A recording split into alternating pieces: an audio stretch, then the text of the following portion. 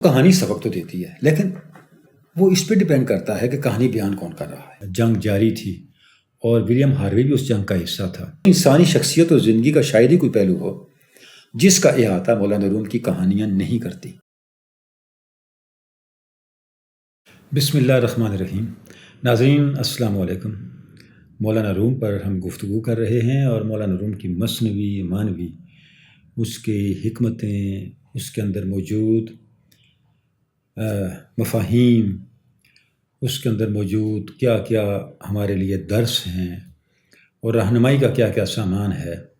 ہم اس تک رسائی کی طالب علمانہ کوشش میں مصروف ہیں۔ ناظرین، کسی مغربی مفکر کا قول ہے کہ انسان کو ضرورت جن چیزوں کی ہوتی ہے وہ خوراک ہے، پہننے کے لیے لباس اور رہنے کے لیے رہائش ہے۔ اس کے بعد اگر انسان کو پرسکون زندگی گزارنے کے لیے کسی چیز کی ضرورت ہو سکتی ہے تو وہ کہانیاں ہیں، سٹوریز ہیں، کیونکہ کہانیاں ہمارے مافی ضمیر کا اظہار بھی ہوتی ہیں، ہماری تشنہ تکمیل آرزوؤں کا بیان بھی ہوتی ہیں اور ہمارے لیے نئی آرزوئیں اختیار کرنے کا ذریعہ، سبب اور سرچشمہ بھی ہوتی ہیں۔ کہانی اپنے اندر معانی کا ایک بہت بڑا جہان رکھتی ہے، اور جو لوگ کہانی بیان کر کے حکمت کا ابلاغ کرتے ہیں ان میں ایک بڑا نام مولانا روم کا ہے۔ اس لیے بڑے لوگوں نے بڑی باتیں کہانیوں کے ذریعے بیان کی ہیں۔ ناظرین، اگر ہم بھی اپنی زندگی کو دیکھیں تو ہماری زندگی میں اور ہمارے ماضی میں وہ باتیں ہمیں نہیں بھولتی جو کسی کہانی کے ذریعے ہم تک منتقل ہوئی ہیں، کسی داستان کے ذریعے یا کسی واقعے کے ذریعے ہم تک منتقل ہوئی ہے۔ اگر ہمیں کوئی اصول بھی یاد ہے، کوئی سبق بھی یاد ہے، تو اس کے ساتھ کوئی کہانی جڑی ہوئی ہوگی۔ ولیم ہاروے بہت بڑا نام ہے بائیولوجی کی دنیا کا۔ ناظرین،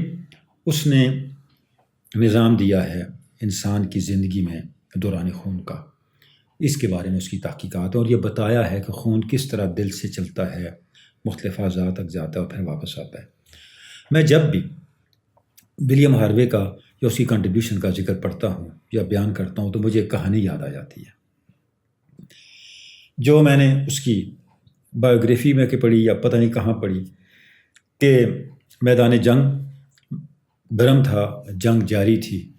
اور ولیم ہاروے بھی اس جنگ کا حصہ تھا۔ وہ اپنے مورچے میں تھا اور پڑھ بھی رہا تھا، کتاب اس کے پاس تھی۔ اسی دوران باہر ایک گولا آ کے پھٹا، تو اس کے جو کولیگس تھے اس کے پاس موجود تھے، انہوں نے کہا بھئی آپ اس جگہ بھی میدان جنگ میں بھی کتاب لے کے بیٹھے ہوئے ہو، حالت یہ ہے، تمہیں ہوش ہی نہیں کیا ہو رہا ہے۔ یعنی اس کا انہماک اتنا تھا اپنے مطالعے کے اندر، اس کتاب کے اندر، کہ جنگ کے حالات اور میدان جنگ کی وہ جو سختیاں اور جو ایک عجیب پریشانی کی کیفیت، اس کا بھی اس پہ کوئی اثر نہیں ہوا۔ تو عرض کرنے کا مقصد یہ ہے کہ جب ولیم ہاروے کا نام پڑھتا ہوں میں تو ساتھ ہی یہ کہانی ذہن میں گونجنے لگتی ہے۔ مطلب یہ ہوا کہ ہمیں زندگی کے وہ سبق نہیں بھولتے، وہ معاملات نہیں بھولتے جن کے ساتھ کوئی کہانی جڑی ہوتی ہے، جن کے ساتھ کوئی واقعہ جڑا ہوتا ہے۔ کیمسٹری میں بنزین کا ذکر ہم پڑھتے ہیں کہ بنزین کا ہیکساگونل سٹرکچر ہوتا ہے، اور اس کے ہیکساگونل سٹرکچر اور اس کی جو الٹرنیٹیو ڈبل بانڈز ہیں ان کے آگے شفٹ ہونے کے باعث یہ ایرومیٹک کمپاؤنڈز کے اندر ایک ایرومیٹک امپیکٹ دیتا ہے۔ اچھا، ہم نے یہ پڑھا یا کسی کتاب میں پڑھا، خدا جانے سچ ہے یا جھوٹ ہے، کہ جس بندے نے یہ ماڈل ڈسکور کیا اس نے خواب میں دیکھا کہ 6 سانپ ہیں اور آپس میں اس طرح جڑے ہوئے ہیں جیسے ہیکساگونل سٹرکچر ہوتا ہے، اور ان کی اس طرح لیئرز آگے آگے آگے آگے شفٹ ہوتی جا رہی ہیں۔ تو جیسے ہی اس نے اس کی آنکھ کھلی، جاگا، تو اس نے سوچا ہو سکتا ہے یہ کوئی پوائنٹ، اس نے اس کو اپلائی کیا تو وہ بنزین کا جو مالیکولر ماڈل تھا اس کا مسئلہ حل ہو گیا۔ اب جب ہم یہ بنزین کے سٹرکچر کو ڈسکس کرتے ہیں فوراً وہ کہانی ذہن میں آ جاتی ہے۔ یہ انسان کی طبیعت ہے، انسان کا مزاج ہے کہ وہ واقعات سے، مثالوں سے اور کہانیوں سے جو سبق لیتا ہے وہ کبھی بھی نہیں بھولتا۔ اس لیے قرآن مجید نے بھی یہ کہا فَقْصُصِ الْقَصَصَ لَعَلَّهُمْ يَتَفَكَّرُونَ، ان کے سامنے قصہ بیان کیجیے شاید یہ غور و فکر کریں اور کسی نتیجے تک پہنچیں۔ تو کہانی سبق تو دیتی ہے، لیکن وہ اس پہ ڈیپینڈ کرتا ہے کہ کہانی بیان کون کر رہا ہے، اور کہانی کتنی معنوی گہرائی کے ساتھ بیان کی جا رہی ہے۔ ایک کہانی بننے میں نسلیں لیتی ہے، نسلیں، ایک نسل سے دوسری، تیسری، چوتھی نسل منتقل ہوتے ہوتے وہ حکمت کا خزینہ بنتی ہے۔ مولانا روم کی جو خصوصیت یہ ہے کہ وہ کہانی بیان کرتے ہیں، چونکہ بیان مولانا روم کرتے ہیں،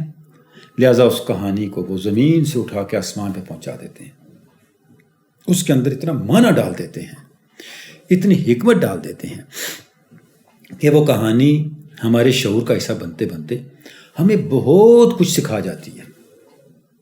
مولانا روم نے اپنی روایت سے کہانیاں لیں، تاریخ سے کہانیاں لیں، اور اس سے بڑی بات مولانا روم خود بھی بہت زیادہ سوشل اور بہت زیادہ سوسائٹی پہ نگاہ رکھنے والی شخصیت تھے۔ یہی وجہ ہے کہ ان کی کہانیوں میں ہمیں انسان بھی ملتے ہیں، جانور بھی ملتے ہیں، پرندے بھی ملتے ہیں، پھر انسانوں کے سارے طبقات ملتے ہیں، بادشاہ بھی ہیں، وزیر بھی، مریض بھی ہیں، ڈاکٹرز اور طبیب بھی، استاد بھی ہیں، شاگرد بھی، جاہل بھی ہیں، ان پڑھ بھی، صوفی بھی ہیں، درویش بھی ہیں اور جالساز بھی، سچے بھی ہیں، جھوٹے بھی ہیں، علماء بھی ہیں، گناہ گار بھی ہیں۔ انسان کی جو حب جاہ ہے، عہدوں کی طلب سے متعلقہ کہانیاں بھی ہیں، دنیا پرستی کی کہانیاں، دھوکہ بازیاں، جنسی شہوت، اس کے مسائل، یعنی انسانی شخصیت اور زندگی کا شاید ہی کوئی پہلو ہو جس کا احاطہ مولانا روم کی کہانیاں نہیں کرتی۔ اور اس کا شاید ایک سبب یہ ہے کہ مولانا روم ایک ایسی متحمل مزاج شخصیت تھی کہ وہ سوسائٹی کے سارے طبقات کے ساتھ رہے۔ اس کا ایک ثبوت تو ان کا جنازہ ہے، جب ان کا انتقال ہوا تو تاریخ کا شاید ایک بڑا جنازہ تھا جس میں ہر طبقے کے لوگ شامل تھے، مسلمان، عیسائی، یہودی، جتنے طبقات تھے سب، ہر طبقہ یہی سمجھتا تھا کہ ہمارا بڑا آج دنیا سے چلا گیا۔ تو ان کی اسی وسعت نظری اور وسعت ظرفی کو بھی ایک کہانی کی صورت اس طرح مل گئی کہ کچھ علماء ان کے پاس آئے اور کہنے لگے، مولانا ہم آپ کو اپنا ایک بڑا فرض سمجھتے ہیں، بڑی اتھارٹی سمجھتے ہیں کہ آپ دین کے اور عقیدہ کے اور اسلامی قانون کے، اسلامی روایت کے بڑے آدمی ہیں، تو آپ یہودیوں کے ساتھ بھی بیٹھے ہوتے ہیں، عیسائیوں کے ساتھ بھی بیٹھے ہوتے ہیں، مجوسیوں کے ساتھ بھی، فلاں کے ساتھ بھی، فلاں کے ساتھ بھی، آپ سب کے ساتھ متفق ہیں۔ تو مولانا چپ، تو انہوں نے ساتھ پھر جیسے ہوتا ہے انسان غصے میں ساتھ الٹی سیدھی باتیں سنانی شروع کر دیں، آپ ایسے ہیں، آپ ایسے ہیں، آپ ایسے ہیں۔ تو مولانا نے فرمایا کہ علامہ صاحب، میں آپ کے ساتھ بھی متفق ہوں، جو آپ کہہ رہے ہیں نا یہ بھی ٹھیک ہے۔ جیسے ہی مولانا نے یہ کہا تو ان کی ساری باتیں بے اثر ہو گئیں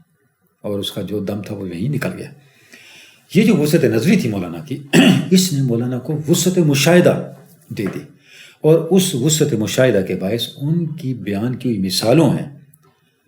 ایک ایسی وسعت اور گہرائی پیدا ہو گئی کہ اس وسعت اور گہرائی نے ان کی کہانیوں کو ایک یونیورسل سگنیفیکینس دے دی، ایک آفاقی معنویت دے دی۔ اور ناظرین، میں آپ کی خدمت میں عرض کروں کہ آج مغرب میں بہت سے ایسے لوگ ہیں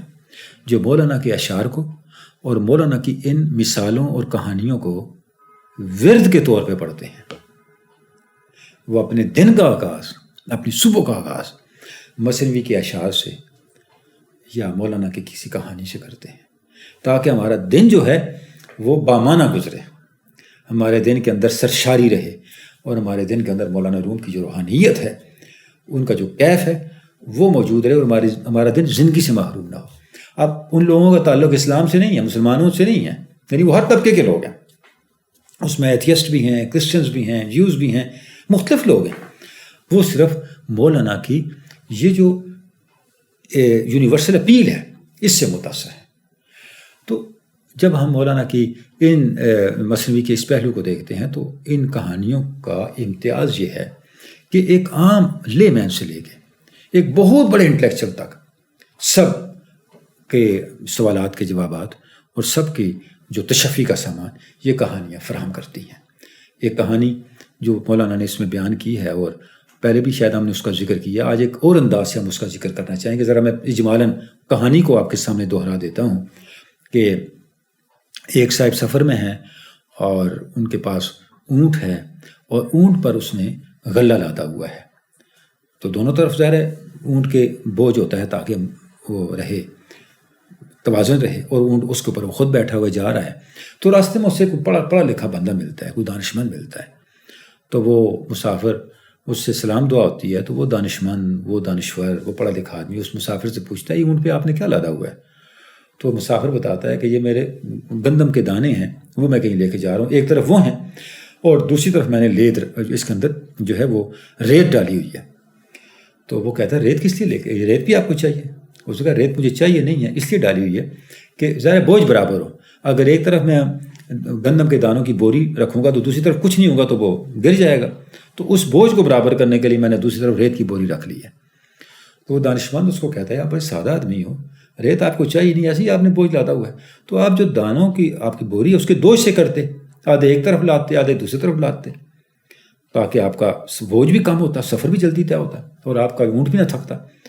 وہ جب یہ بات سنتا ہے تو وہیں ٹھٹک جاتا ہے، وہ کہتا ہے آپ، میں تو یہ میرے ذہن میں یہ بات نہیں، آپ تو بڑے دانشمند ہیں،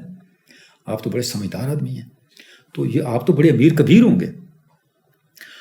تو آپ کے تو بڑے محلات ہوں گے، میں سادہ آدمی اتنا امیر ہوں، میرے پاس اتنی عقل بھی نہیں تھی، آپ اتنے عقل مند ہو کہ آپ تو پتہ نہیں کس محلات کے اور کن جائیدادوں اور ہیرے جواہر کے مالک ہوں گے۔ وہ کہتا ہے نہیں بھائی میں تو سادہ آدمی ہوں، نہ پاؤں پہ میں جوتا ہے پاؤں میں، اور نہ تن پہ کپڑا ہے، پیٹ بھی خالی ہے، کھانا بھی نہیں کھایا، بھوکا ہوں۔ اب وہ اس کو کہتا ہے کہ اچھا اگر تمہارے علم کا یہ حال ہے تو بھائی پھر میں بے وقوف اور لا علم اور جاہل ہی اچھا ہوں، کیونکہ تمہارے علم میں تمہیں یہ فائدہ دیا کہ تم بھوکے پھر رہے ہو، تو پھر تم مجھ سے دور ہو جاؤ۔ پھر اس کو وہ کچھ نصیحتیں کرتا ہے۔ تو یہ ایک واقعہ ہے، ایک داستان ہے، ایک کہانی ہے، ایک مثال ہے، تمثیل جو مولانا روم نے بیان کی ہے۔ تو اس پہ ہم ذرا تفصیل سے بات اگلی نشست میں کرتے ہیں۔